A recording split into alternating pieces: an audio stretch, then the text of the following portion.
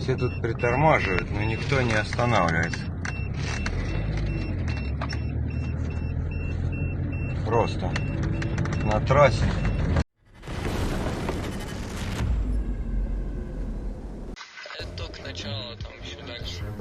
As we reported on the first casualties of North Korean soldiers in the Kursk region, the Ukrainian government has named 3 North Korean generals it says are accompanying the thousands of Korean People's Army troops deployed to Russia in aid of Moscow's war in Ukraine. In prepared remarks to the UN Security Council on Wednesday, Ukraine's delegation said the 3 generals were among at least 500 North Korean officers sent to Russia. It said in a statement that plans call for the North Korean troops to be formed into at least 5 formations of 2,000 to 3,000 soldiers each, and integrated into Russian units to conceal their presence. South Korea's intelligence agency said at least some generals might have accompanied a handful of troops already moved to battlefield zones.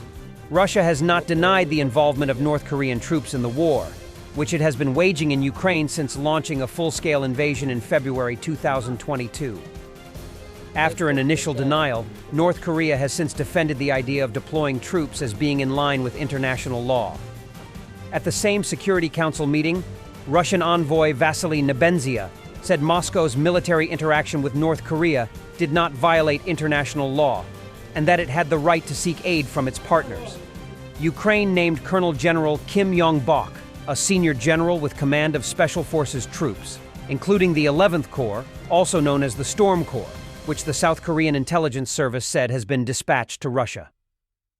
Michael Madden, a North Korea leadership expert with the US-based Stimson Center, said Kim's role appears to be larger, running the KPA Light Infantry Training Guidance Bureau that includes the 11th Corps as well as light infantry units deployed to KPA Corps units and seconded to special missions for the Reconnaissance General Bureau, North Korea's main spy agency.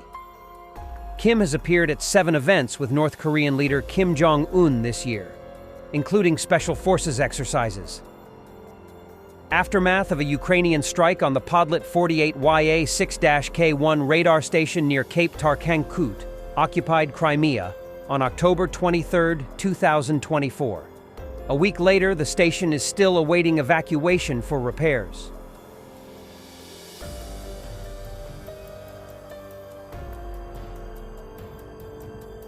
On the Rilsk-Kursk highway, a Russian military vehicle was struck, most likely by an FPV.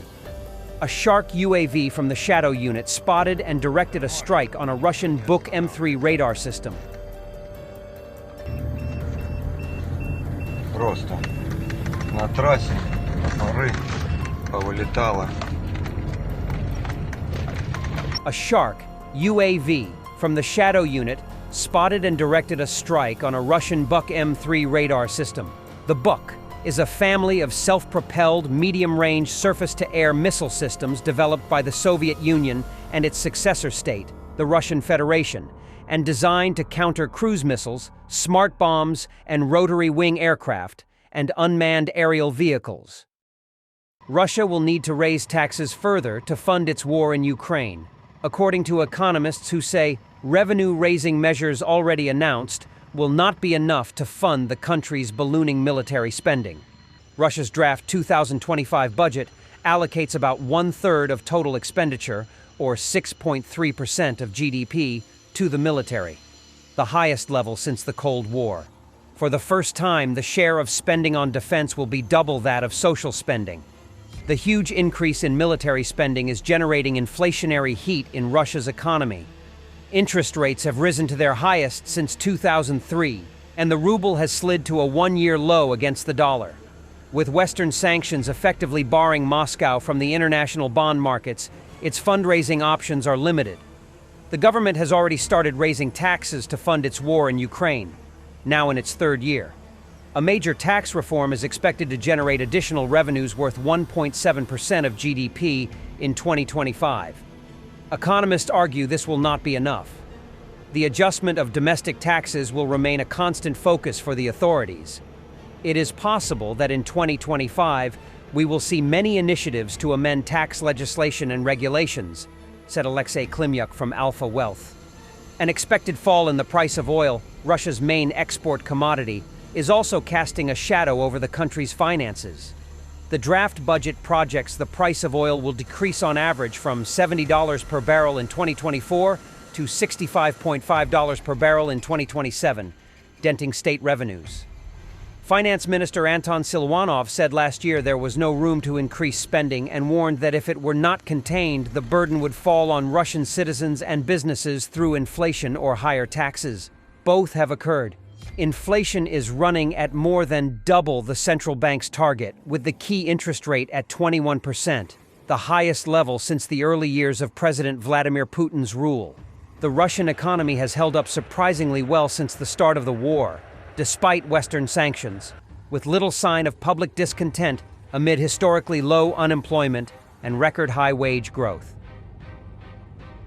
Russia and Iran are close to signing an updated agreement on bilateral strategic partnership. Russian Foreign Minister Sergei Lavrov stated that the agreement will confirm the parties' desire for closer cooperation in the defense sector.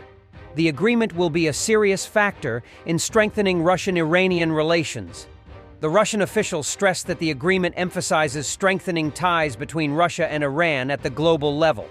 The bilateral military cooperation between Moscow and Tehran is a matter of deep concern in the West and in Israel.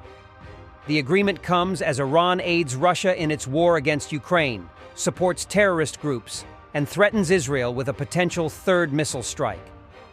Another state with which Russia has been strengthening cooperation in recent years is the Democratic People's Republic of Korea. The North Korean regime has sent thousands of soldiers to war against Ukraine. The West suspects that Pyongyang gained access to Russian military technologies in return. U.S. Secretary of State Antony Blinken recently stated that achieving peace in Ukraine requires ending Russia's military cooperation with Iran, North Korea, and China. It is the supply of weapons and equipment from these countries that fuels the Russian war machine. Iran supplies attack drones to Russia, has built a plant for their production in Russia, and has transferred hundreds of short-range ballistic missiles to Russia. Official Tehran has not commented on the transfer of ballistic missiles to Russia. Ukrainian Oerlikon revolver gun Mark III. In training field using airburst ammo with tungsten submunitions to shoot down drone.